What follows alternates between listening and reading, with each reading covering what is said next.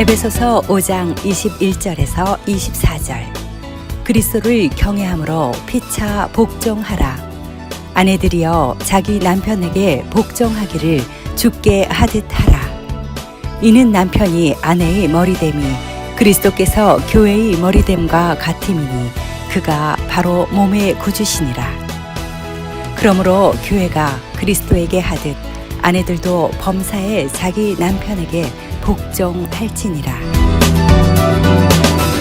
어떤 부부가 계속 싸우는 거예요. 싸우는데 서로 하는 말이 뭐냐면 너 잘되라고 하는 말이라는 거예요. 그리고 우리 가정이 좀 더 나은 가정 되기 위해서 성장과 진보와 발전이 있기 위해서 이 고쳐야 된다고 막 계속 얘기를 하는 거예요. 그러니까 너무 힘든 거예요. 예. 교회도 가끔 그러잖아요. 우리가 좋은 교회 되기 원해서 우리가 자꾸 얘기를 할 수도 있는데요. 근데 그 부부가 하루는 이렇게 얘기를 했대요. 우리 좀 좋은 가정 안 돼도 좋으니까 싸우지 좀 말자. 좀 적당한 가정 되어도 괜찮으니까 요 정도 우리 수준에서 머무르고 좀 제발 싸우지 말자. 그런 얘기를 했다는 거죠. 예. 여러분 정말 그 평화롭고 아름다운 가정에서 자녀들도 참 순적하게 잘 성장해 가는 것 같아요. 교회도 좋은 분위기에서 새신자들이나 초신자들이 처음 복음 받아들인 사람들이 교회에서 잘 자라나게 되는데 서로 긴장하고 조금 뭔가 분위기가 이상하면 좀 부담이 되고 성장이 더뎌지고 그렇죠. 잘 적응을 못하고 그러잖아요. 어쨌든 좋은 분위기를 만드는 게 우선이에요. 옳고 그런 것을 따지는 것도 귀한 일인데 그래도 좋은 분위기, 뭐 좋은 게 좋다 뭐 이런 뜻이 아니고 정말 조금 기다려주시면서 인내하면서 바로 지적하기보다는 내 목소리를 내기보다는 그래도 가정에서 남편과 아내가 서로 이해해주고 불쌍히 여겨주고 기다려주고 서로가 이런 관계들이 되는 것이 더 좋은 것 같아. 그런 생각이 드네요. 여러분 어떠세요? 근데 남편과 아내가요, 오늘 본문이 뭐 가정의 달도 아닌데 에베소서 강의를 해나가는 중에 남편과 아내에 관한 얘기를 하게 됐어요. 근데 이게 생뚱맞다고 생각하지 마시고 이게 말이 남편과 아내의 문제지 이게 성령 충만을 받아라 하고 난 다음에 성령 충만한 성도들과 교회 공동체 안에서 일어나는 그 결과들이 피차 복종의 모습으로 나타나는데 그 중에 제일 첫 번째로 아내와 남편 사이에서도 이런 피차 복종의 모습이 있어야 된다고 하는 것을 큰 우리 줄거리를 잡을 때에 이게 지금 내가 아내가 아니라 하더라도 지금 내가 결혼을 하지 않았다 하더라도 내가 남자라 하더라도 이게 정말 관계 안에서 내가 자기를 낮출 수 있는가 이 문제구나. 복종이 행동의 복종이 아니라 태도의 복종이거든요. 내 마음의 상태가 어떠느냐 이것을 먼저 점검하는 기회가 되시면 좋겠어요.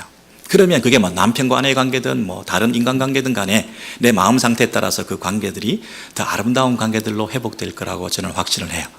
그래서 오늘 그 에베소서 5장 21절에서 24절의 그 내용을 우리 한 목소리로 한번 같이 읽도록 하겠습니다. 시작.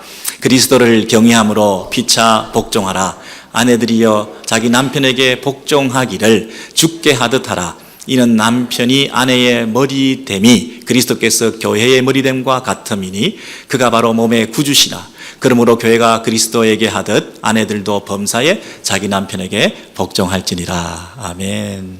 여러분 이런 얘기들은 그 결혼식 때 목사님들이 주례할 때 이 본문을 많이 택하잖아요. 우리가 세상에 있는 그 결혼식에 가면 주례하시는 어르신들께서 인생의 경험을 가지고 남편과 아내가 이렇게 사는 게 좋겠더라. 서로 다른 것을 틀렸다고 하지 마시고 서로 상대방을 존중하고 그렇게 살아라. 이런 덕담을 많이 해주시고 주례가 끝나잖아요. 뭐 예를 들어서 지방에 따라서 출신지에 따라서 요리하는 방법에 따라서 서로 처음에는 이게 뭐지? 순대를 간장에도 찍어 먹어? 우리는 막장에 찍어 먹었는데 순대를 뭐 새우젓에 찍어 먹네? 새우젓에 아니고 우리는 초장에 찍어 먹었는데 이러면서 뭐 지역에마다 이 순대 하나 먹는 거 가지고 이거 이상하다, 별 희한한 집안 다 보겠네, 이걸 막장을 어떻게 막 이러면서 서로 다투고 해야 되고 이럴 수도 있거든요. 그러니까 그런 정도 다른 것을 틀렸다고 하지 말고 서로 인정해라, 뭐 이런 수준으로 우리 주례를 끝내고 덕담을 하고 끝내기 마련인데, 이 목사님들이 주례를 하게 되면 꼭 에베소서 이 본문을 택하면서 이게 남편과 아내의 문제만 얘기하는 게 아니라 어디까지 가느냐면 교회와 그리스도의 관계까지 끌고 가는 거예요. 이게 뭐예요 도대체? 여러분, 결혼을 지금 하려고 하는데요, 신랑 신부가 남편과 아내의 문제에 대해서 지금 해결을 받으려고 그러는데요, 교회와 그리스도 이 얘기를 하는 거예요. 그러면 그리스도가 누군지, 그리고 교회와 그리스도의 관계는 뭔지, 그리고 남편이 아내의 머리가 된다는데 교회의 머리는 그리스도라고 된다는데 그 머리가 뭔지, 이런 거를 몰라가지고는 결혼을 하면 안 되지. 괜히 했다가 이거 그냥 적당한 선에서 그냥 뭐 순대나 먹으면서 그렇게 사는 게 결혼 아니잖아요. 정말 이 깊은 뜻을 잘 이해해야 되는 거잖아요. 근데 이 복종이라는 말이 사실은 우리 여성들에게 걸리죠. 여러분, 세상에 많은 단어 중에 복종이라는 단어만큼 분노를 자극하는 단어가 없다, 이렇게 얘기를 해요. 갑자기 기분이 나쁜 거예요. 무슨 복종? 너무 힘드시면 영어로 이렇게 읽으시고, 우리 베드로 사도는 복종이라 안 그러고 똑같은 단어를 순복이라고 그랬어요. 순순히 복종한다. 순복이라는 말은 좀 더 부드럽죠. 그래서 이제 뭐 복종이든 순복이든 어쨌든 간에 아내가 이렇게 수그리는 거잖아요.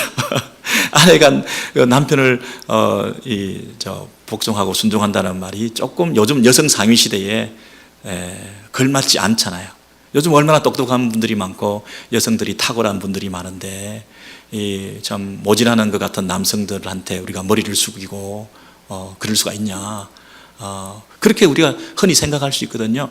그래서 이제 남편과 아내가 결혼을 해요. 신랑과 신부가 결혼을 하는데 이게 어디까지 가야 되느냐면 교회와 그리스도의 관계까지 이게 이해가 되어야 남편과 아내의 그 관계를, 그 원형을 회복할 수 있다는 것이거든요. 자, 그러면 세상을 향해서 아내들이, 여성들이 남자나 남편에 대해서 대하는 그런 태도, 뭐 농담들 많잖아요. 요즘 남자들 뭐 이런저런 말들이 있잖아요. 그러니까 우리가 같이 뭐 희덕하면서 뭐 그냥 재밌다고 막 이렇게 남자에 대해서 이 삼식이들을 그냥 어떻게 하면 좋냐고 뭐 이러면서 우리가 그 남자에 대해서 이렇게 말을 할 때가 많은데, 근데 우리 교회 안에 있는 여성들은 그 수준보다는 조금 더 다른 차원이 있는 거예요. 교회와 그리스도. 와, 이게 뭐지? 그러면 그 디퍼런스를 드러낼 수 있는 중요한 채널이 되는 것이 그리스도인 아내의 아내됨이에요. 세상을 향해서 우리가 큰 메시지로 나타내 보일 수 있는 게, 세상은 그렇게 남편을 대하고 남성들을 대하고 있는데 우리는 그렇지 않다라고 하는 것을 우리가 보여주면 다르네 라고 할 거 아니겠어요? 그러면 그것이 기독 여성이 가지고 있는 파워풀한 하나님 앞에 쓰임받는 기회가 되는 거죠. 어떤 분들은 이것을 오히려 굴레다, 예수 믿어가지고 남편한테 순종해야 된다는 이런 어떤 부담을 가지고 사는 덤특이 섰다, 이렇게 말할 수도 있겠지만 이게 특권이구나, 기회구나, 세상을 향하여 큰 메시지가 되는 삶을 내가 일생 살아갈 수 있구나. 이런 긍정적인 각도에서 이 본문을 대할 때, 그러면 내가 그리스도가 교회의 머리 됐다는 게 뭐지? 그리고 그리스도와 교회의 관계가 뭐지?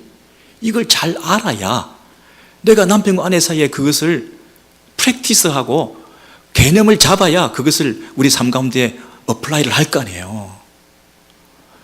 그거를 모르고 어떻게 결혼을 할 수가 있으며 결혼 생활을 우리가 하고 있다고 말할 수 있겠어요?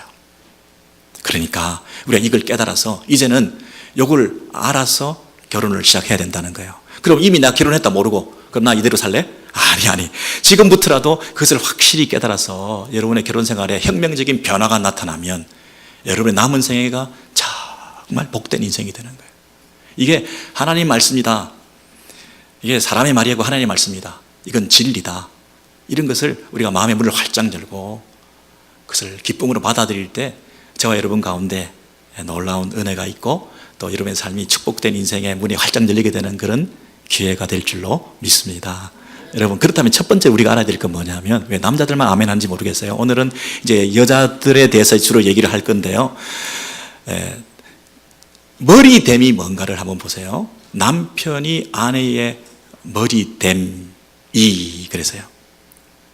이것은 하나의 센텐스예요. 선언이에요. 이건 사실이에요. 남편이 아내의 머리 된다. 머리 될 거다. 될 수도 있다. 되었다 안 됐다 한다가 아니고 남편이 아내의 머리가 된다. 이렇게 선언을 했어요. 이것은 창조 질서라고 말해요. 인간이 타락하기 전부터 이미 하나님께서 아담과 하와를 만드실 때 그 창조 질서 하에서 남편을 아내의 머리됨으로 먼저 만드시고 그 남편을 통해서 그 아내가 돕는 자로 존재하게 됐어요. 그래서 그 질서라는 게 둘 사이에 있는 거예요. 그래서 그것을 머리 되었다 이렇게 얘기를 하는 거예요. 여러분, 제 얘기를 들어보세요. 어떤 사람이 축구를 하는데요, 축구팀에 들어가면 그 축구팀에 뭐가 있느냐 하면 주장이 있어요. 캡틴, 주장이. 축구팀을 하겠다고 이렇게 관계를 형성하고 한 팀을 만들면 그 팀에 들어간 사람이 제일 먼저 받아들여야 될 질서는 뭐냐면, 똑같은 선수인데 그리고 나보다 실력도 없어 보이고 능력도 없어 보이고 공도 잘 못 차는데 그 팀에 주장이 있어. 실력도 없고 능력도 안 되고 제대로 못하니까 나는 저 사람하고 관계없이 내 혼자 게임을 할래. 이러면 안 되잖아요. 그러려면 그 팀에 들어가지 말아야 돼. 내가 그 팀에 들어갔다는 얘기는 헤드십을, 그 팀의 주장을 인정하고 일사불란하게 그 팀의 기율을 따라서 그 팀의 전통과 문화를 따라서 내가 따르겠다는 마음을 가지고 들어가는 거예요. 어떤 분들은요, 그 축구하는데 프로 선수들인데 골 욕심이 있다 보니까 페널티킥을 찰 기회가 되면 공을 딱 들고 딱 자기가 차려고 갖고 있어요. 그래서 다른 선수가 자기도 골 욕심이 있으니까 골을 많이 넣어야 연봉도 올라가고 그러잖아요. 그러니까 그 공을 뺏어와가지고 자기가 차려고 그래. 심지어 그런 것이 필름에 잡히잖아요. 여러분, 그럴 때 감독이 주장한테 지시를 해서 누가 차가 해라, 이런 게 서로 약속이 돼 있거든요. 그 질서를 따르지 않고 서로 공 뺏기하고 내가 찰래 네가 찰래 그러고 있으면 그 팀이 얼마나 우스꽝스러운 게 되는지 모르잖아요.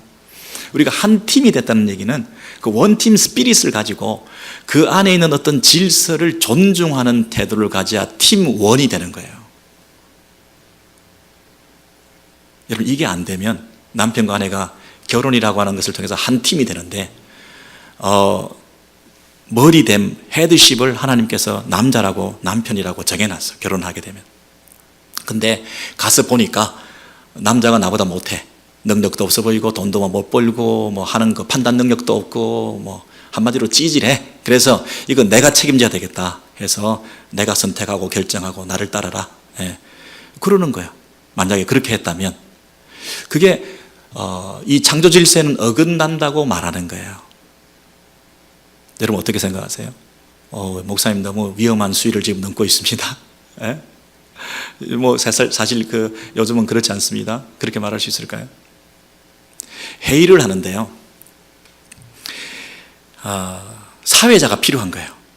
근데 사회자가 나이가 많거나 또는 회의 진행을 탁월하게 잘하거나 또 언변이 뛰어나거나 외모가 탁월하거나 이럴 수도 있지만 대개는 그렇지 않을 수도 있어요. 교회에서 재직회를 하거나 공동회를 하거나 당회를 하거나 할 때 꼭 무슨 대단한 사람을 사회자로 세우는 게 아니고, 여러분, 순장이 되어서 순원들을 이렇게 함께 모임을 하는데도 그 순장의 역할이라는 게 있잖아요. 너무 이제 본론에서 벗어난 얘기가 너무 많이 가면 조금 잘라주기도 하고, 그건 우리 잘 모르는 거니까 다음에 함께 우리 더 물어봐가지고 하자. 이렇게 다시 본론으로 돌아오게 만들고, 그리고 혼자서 막 너무 얘기를 많이 하면 자매님, 형제님, 우리 또 그다음 순서는 어떻게 생각하시는지요? 뭐 형제님 얘기해 보세요. 이렇게 사회자가 해야 되는 이런 역할들이라는 게 있잖아요. 이게 뭐 주제를 벗어나면 뭐 정치, 경제, 사회, 문화 이런 온 얘기를 하다 보면 우리가 해야 될 일을 못 한다고요. 예. 그럴 때 사회자가 중심을 잡고 이렇게 역할들을 해주는 거죠. 그래서 이제 회의 진행할 때도 의장이 필요한 거거든요. 근데 어떤 분들은 뭐 당의 의장이 뭐 당회 안 할 때도 밖에서도 당의 의장 명함 파고 다니고 이러던데, 회의를 해야 의장이지 뭐 회의도 안 하는데 무슨 권위를 자기가 내세울 건 없죠. 예. 그건 너무 우스꽝스러운 거죠. 회의할 때만 부족하지만 그 역할을 하기 위해서 세운 거지, 그게 하나의 자기의 무슨 타이틀이 될 수는 없는 거예요. 회의할 때만 필요한 거지. 그러니까 회의할 때 의장이 되었다고 해서 회원들이 더 열등한 게 아니에요. 의장이 더 우월한 게 아니라고, 그냥 역할을 나누었을 뿐이죠. 근데 그 회의에 들어온 사람이 그 의장이 나보다 못하다고 인정을 안 해. 그냥 그 의장의 지시를 따르지 않아. 그러니까 내가 할 말 다 해버리는 거야. 그러면 그 회의가 제대로 진행이 되겠어요? 그 모임이 제대로 되겠냐고요. 그 모임에 차라리 들어오지 말아야지. 들어왔다는 얘기는 그 질서 아래 들어가겠다는 거거든. 안 그래요? 내가 결혼을 한다는 얘기는 그 질서 아래에 들어가겠다는 거예요. 아내가 결혼을 하겠다고 마음먹는 것은 아내의 머리는 남편이다 하는 것을 인정하는 사람들이 결혼에 들어가는 거예요. 아니 그걸 인정 안 하고 들어갔다가 그냥 이번 달에는 내가 수입이 많으니까 내가 머리 할게. 다음 달에는 네가 더 잘 시간이 많으니까 네가 머리 해라. 이렇게 역할을 자꾸 바꿀 수 있는 게 아니에요. 창조 질서예요. 창조 질서라는 얘기는 시대, 상황, 문화, 환경, 국가에 따라서 변하는 게 아니에요. 아무리 세상이 지금 뒤집어지고 혁명적으로 세상이 달라졌다 할지라도 창조 질서는 처음부터 바뀌는 게 아니에요. 그래서 남자가 아내의 머리가 된다, 이렇게 정해놓은 거예요. 2인 삼각 경기를 한다, 부부가. 그럼 한 사람이 영차 하나 둘 하면 그 한 사람이 이 구호를 불러서 그게 맞춰서 같이 가야지. 줄다리기를 한다, 한 팀이 이렇게 줄다리기를 하는데 한 사람이 영차 하면 차에 땡기라고 분명히 얘기를 했어. 그래서 다 이제 영차 하는데 나는 영에 땡기고 차에 갈래 이러면 이게 어떻게 되겠어요? 그러니까 그 질서 아래에 존중해서 들어간다는 뜻이에요. 그걸 안 하겠다, 내가 마음의 준비가 안 돼 있다, 그러면 결혼을 안 하시는 게 좋아요. 여러분 어떠세요? 그래서 이게 예수 안 믿는 사람은 지금 이게 열외예요. 그분들한테는 지금 얘기할 필요가 없는 거예요. 예수 믿는 사람들이 우리가 결혼을 하고 가정을 꾸민다는 얘기는 남편이 아내의 머리됨을 인정하는 거예요. 여러분 어떠세요? 이게 상식적으로도 제가 지금 예를 몇 가지 들었는데도 일리가 있잖아요. 그래야 되겠구나. 안 그래요? 근데 신학적으로, 성경적으로 제가 하나 더 설명을 드릴 텐데, 고린도전서를 보시면 11장에 이런 말씀이 있어요. 그러나 나는 너희가 알기를 원하노니. 여러분, 내가 알기를 원하는 게 있다고 말하는 것은 지금 우리가 잘 놓치고 있는 부분이 있다는 거잖아요. 진짜 이것만은 알아야 된다. 우리를 향해서 좀 알아주기를 원하는 내용이 뭐냐면, 각 남자의 머리는 그리스도요, 여자의 머리는 남자요, 그리스도의 머리는 하나님이시니라. 이 사실을 좀 알아라는 거예요. 이게 무슨 뜻입니까? 여자가 있어요. 근데 여자의 머리는 남자예요. 그죠? 남자의 머리는 누구예요? 그리스도예요. 그리스도의 머리는 누구예요? 하나님이세요. 이게 여러분 계급같이 보여요? 아니지. 왜냐하면 그리스도와 하나님의 관계가 어떻게 계급일 수가 있어요? 그리스도의 머리는 하나님이시라. 그러면 삼위일체 교류에 위배되는 거네. 성부, 성자, 성령께서 동등하신 분이시고 영원한 한 분이신데 어떻게 머리가 된다는 거예요, 성부 하나님이.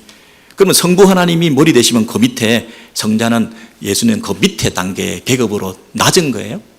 우리가 이 잘못된 의식을 가지고, 개념을 가지고 이걸 보면 이게 모순이잖아요.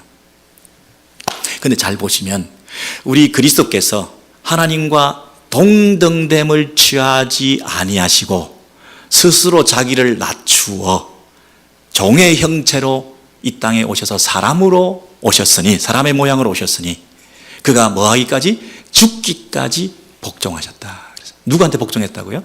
하나님께 복종했다는 거죠. 여러분, 하나님과 그리스도의 관계는 하나님 쪽에서 내가 머리야, 너 복종해 라고 하신 적이 한 번도 없어요. 그리스도 그분이 굴종하고 맹종하고 억울하게 억압당하면서 에이, 할 수 없이 내가 순종해야 되겠네? 그렇게 하신 게 아니에요. 그리스도 그분이 머리 대신 그 하나님 앞에서 그분의 뜻을 이루어가기 위하여 스스로 자원하여 자발적으로 그 뜻에 순종한 거예요. 그게 머리 대심을 인정하는 태도예요.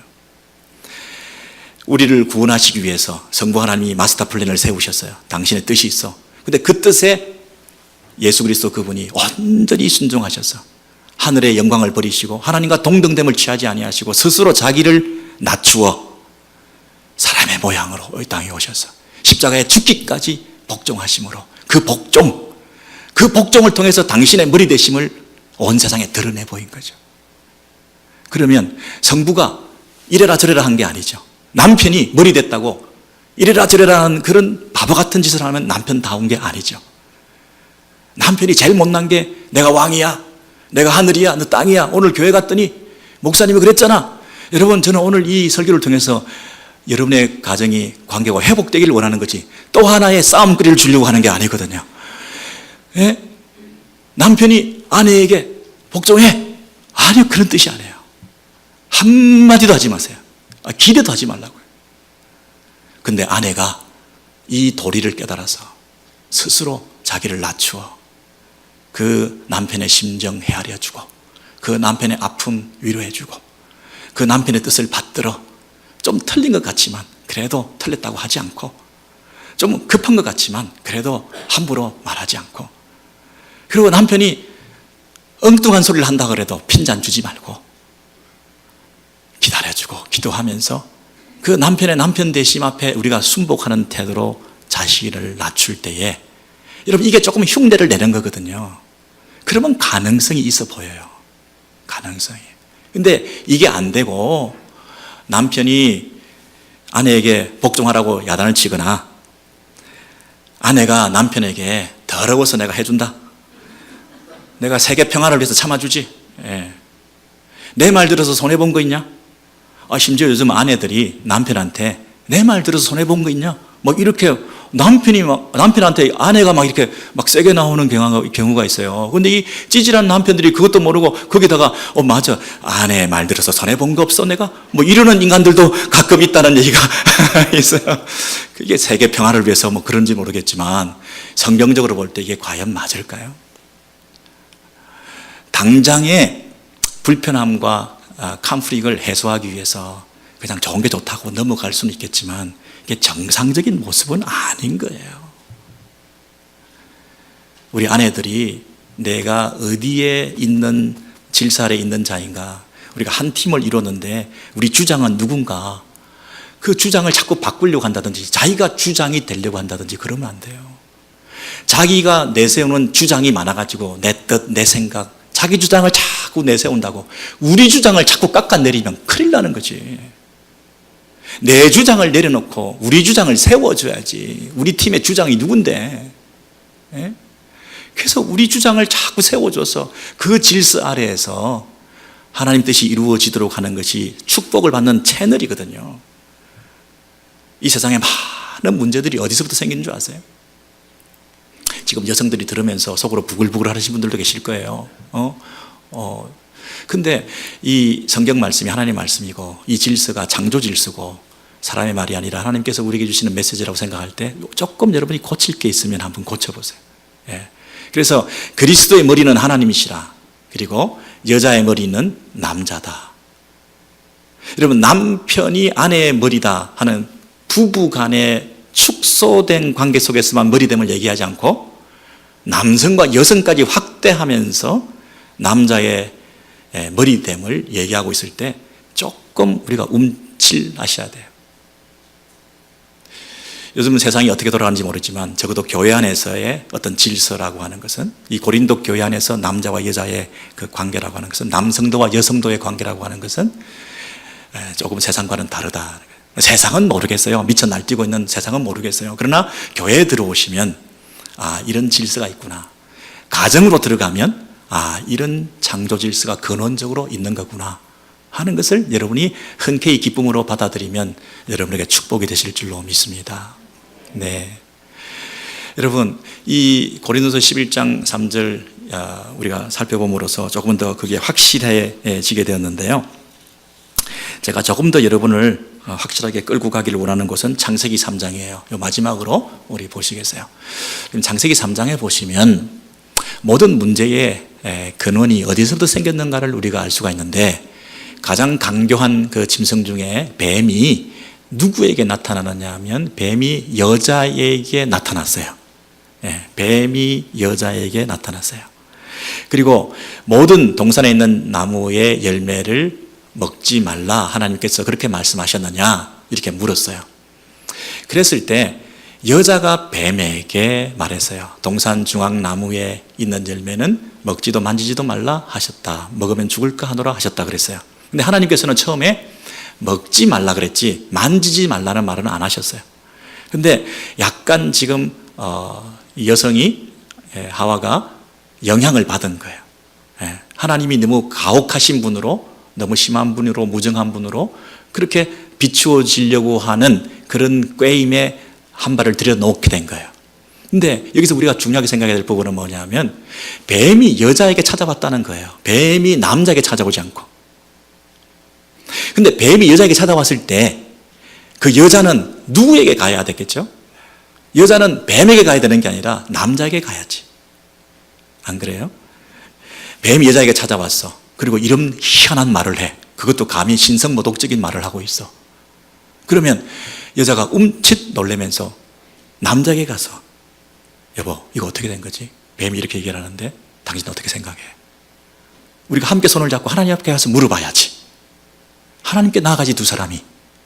근데 그 일을 하지 않고 여자가 뱀에게 즉답을 했어요. 뱀이. 그 말을 듣고는 뱀이 여자에게 더 거짓된 확신을 심어줬어요. 안 죽어. 절대 안 죽어. 하나님께서 너에게 뭐 감추고 있는 거야. 너희들의 행복을 더 누릴 수 있는 부분을 뭔가 숨기고 계신 거야. 선악을 알게 되고 하나님 같이 되는 것을 원하지 않으시는 거야. 그걸 먹으면 더 지혜롭게 되는 거야. 그랬을 때 여자가 그 나무를 자기가 봤어요. 먹음직 부함직 지혜롭게 할 만큼 탐스럽기도 한지라 여자가 그 열매를 따 먹었다 그랬어요. 따는 행동을 누가 했어요? 남자인데 시킬 법부터 한데. 안 그래요? 저거 좀 따줘. 오빠 따줘. 이래야 되는데 자기가 딱 따먹어가지고 그거를 취해서 이게 복이구나. 이게 행복이구나. 그걸 먹고는 자기와 함께 있는 남편에게 줬다는 거예요. 그랬더니 이 남편이 그걸 받아 먹었네. 좀 찌질한 남자죠. 받아 먹었어. 그리고 그 받아 먹으면서 둘이 뭐라 그랬어요? 우리가 더 행복해질 거야. 우리가 더 이 땅에서 즐거움을 누릴 거야. 하나님이 감춰놓은 그 복까지 우리 몫을 챙겨야 돼. 우리가 더 행복해지고 더 좋은 가정 되고 그러기 위해서는 이걸 우리가 먹은 거야. 그죠? 여러분, 이 뱀이 여자에게 찾아왔을 때 여자는 뱀에게 즉답하는 거 사실은 좀 이게 제일 첫 번째 잘못한 거예요. 여러분, 그래서 아담과 하와가 그 아내가 숨었다 그랬는데 지금까지 이 순수로 봐가지고는 이니셔티브를 쥐고 있는 게 여성이거든요. 그러면 하와와 그 남편이 이렇게 될 법도 한데 성경 기자는 항상 아담을 내세우고 있죠. 아담과 그 아내가. 그래서 숨었어. 그래서 하나님이 이제 그들을 찾아서 부르시는데 지금으로 봐서는 하와가 제일 잘못한 거잖아요. 하와, 너 어디 있느냐 이렇게 불러야 되는데 아담아, 네가 어디 있느냐. 그리고 이거 누가 주도적으로 따먹었어요? 하와가 따먹었잖아요. 그러면 내가 너에게 먹지 말라 한 그 열매를 네가 따먹었느냐라고 하와한테 얘기를 해야 되는데 누구한테 얘기를 해요? 아담에게 너 따먹었네 이렇게 얘기를 하는 거예요. 그 책임이 누구한테 있는 거예요? 그 헤드십이 누구한테 있는 거예요? 하나님께서 그 가정의 대표를 누구로 보고 있는 거예요? 근데 이 아내가 한 행동을 그저 수동적으로 따라오면서 일을 이 지경으로 만들어 놓고는 하나님께서 오시니까 이 찌질한 남자가 뭐라 그래요? 저 여자가 그랬어 뭐 이러잖아요. 얼마나 부끄러운지. 남자가 남자답지 못하고 그 가장으로서 역할을 잘 못했을 때 이런 비극적인 일들이 초래하게 되었는데 여러분, 이 사건으로 말미암아 온 세상에 비극이 찾아온 거죠. 사탄이 어디를 공략한 거예요? 아내가 머리 되려고 하는 거예요. 남편이 머리됨을 포기하는 거. 뭐 집안일, 가정일, 뭐 자녀 양육, 뭐 다 와이프가 알았어요. 나는 그냥 뭐 돈이나 벌어다 주고, 농사나 짓고, 일이나 하고 돈. 여러분, 사탄이 어디를 공략했다고요? 사탄의 전통적인 수법이 뭐라고요? 대대로 전해져 내려오는 그 보도와 같은, 정가의 보도와 같은 이 고전적인 수법으로 지금도 영적으로 우리를 공격하는 그 방법이 뭐라고요? 아내의 헤드십을 드러내려고 하는 부분을 공격하고 있는. 여러분, 이 시대는 권위가 다 망가진 시대예요. 여러분, 한번 세상을 보세요. 권위가 어디 있어요? 권위가. 어르신들에 대한 패륜적인 그런 그 젊은이들의 하는 행동들을 여러분 보시면서 세상이 왜 이렇게 됐나 이렇게 낙심될 때가 많죠. 자녀들이, 우리 어린 청소년들이 어디서 그런 걸 배웠겠어요? 권위 부재의 시대, 권위 실종의 시대, 권위 상실의 시대를 살면서 도대체 세상이 왜 이렇게 돼버렸나? 옛날에는 어르신들이 뭐라고 한마디 하면 예, 그리고 뭐 담배를 피다가도 돌아 숙여서 이렇게 뭐 끊은 신웅하고 뭐 이랬잖아요. 요즘은 담배만 대놓고 피고 그냥 뭐라고 그러면 어디서 일단 뭐 이러면서 막 때리려고 그러고 막 어이구야 뭐 겁이 나가지고 슬슬 피해 다니고요. 예. 여러분, 뭐 부모 이 권위 인정해요? 예? 교회에 들어오셔서 여러분 뭐 지도자의 권위 그렇게 인정해요? 세상에서 여러분 이 청년들이나 젊은 아이들이 국민학생들도 대통령을 대통령으로 인정해요? 예. 대통령 그까짓 건 아무것도 아니지. 자기들 생각할 때 뭐 전부 다 뭐 닭이든가 쥐든가 뭐 아니면 뭐 동물로 다 그렇게 하든가 아니면 뭐 다 뭐 성도 안 붙이고 이름 붙이죠. 무현이 뭐 제인이 막 이러면서 예? 어떻게 대통령조차도 그렇게 권위가 없는 시대에 그렇게 우리가 살고 있는지 모르겠어요. 그러니 뭐 성경을 믿어요? 성경의 절대 권위를 믿어요? 여러분, 한국의 그 설문조사한 거 보니까 교회 그리고 기독교인 그다음에 목회자 이런 사람들에 대해서 어떻게 생각하냐 그랬더니 10명 중에 7명이 3명은 뭐 조금 이렇게 그러니까 뭐 목사님 그러면 예 권위를 인정하지도 않고 뭐 그들의 잘못도 있겠으나 요즘은 권위 인정하지 않는 시대에 살고 있어요. 지도자라고 하는 것에 대한 반감이 있어요.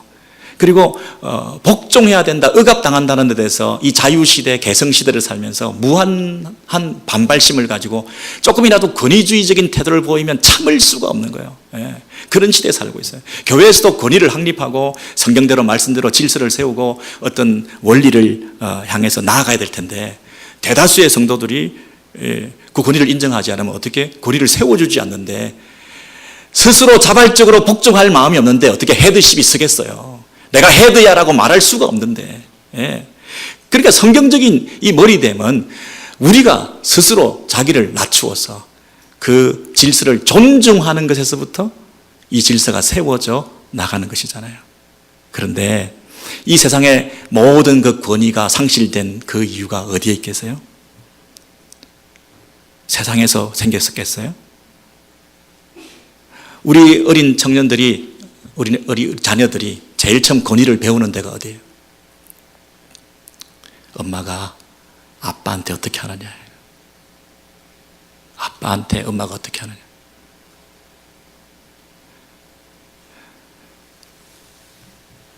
남편에 대해서 구박하고 남편에게 핀잔 주고 틀렸다 그러고 말 끊고 중간에 끼어들고 그게 아니라 얘기하고 나중에 막 구타하고 막 그런 일은 없겠지만 아이들 앞에서 남편의 권위를 눈꼽만큼도 생각하지 않으면서 함부로 대하는 아내의 이 모습이 이 모든 이 시대의 권위 상실의 시대를 초래했다, 이렇게 저는 100% 믿어요. 왜? 성경에서 그렇게 얘기하니까.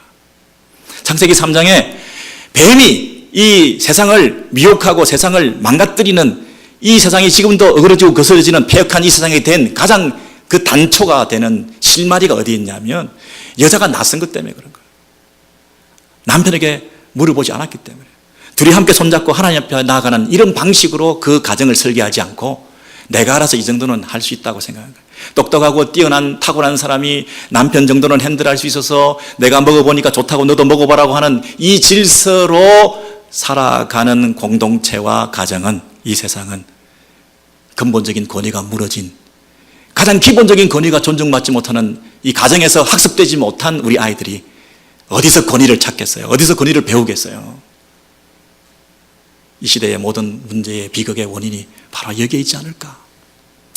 여러분, 오늘 여러분께서 이 말씀을 어떻게 받아들이시는지 모르지만 걸리고 거슬리는 부분도 있겠지만, 그러나 여러분, 성경적인 원리로 돌아가셔서 우리 여성들이 남편에 대해서, 남성에 대해서, 교회 안에서의 어떤 질서에 대해서, 내가 나서야 될 자리인가, 내가 말해야 될 자리인가, 내가 기다려야 될 자리인가, 기도해야 될 자리인가, 이런 부분에서 가지고 있는 내 이 의견과 생각들을 어떻게 표현해야 될 자리인가, 이런 것들을 여러분 생각해 볼 때, 야, 이거 잘못하면 영적인 문제로 내가 나도 모르게 공동체나 우리 가정이나 남편과 남성과 우리 자녀들에게 나쁜 영향을 미칠 수 있겠구나.